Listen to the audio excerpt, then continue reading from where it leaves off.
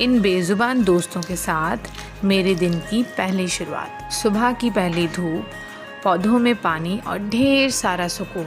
अगर आपको भी ये सुकून चाहिए तो आप भी ये आदत डाल लो।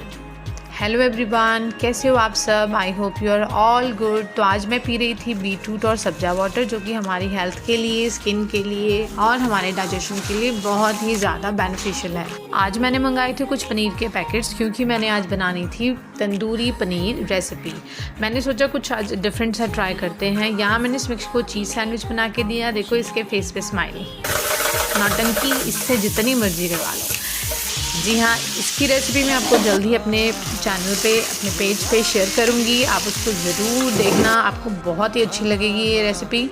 साथ के साथ मैं बना रही थी परांठी। I hope you like the video. मिलते हैं मेरी नेक्स्ट वीडियो में, तब तक के लिए stay tune. Bye bye. Do like, share and subscribe to my channel guys. Bye.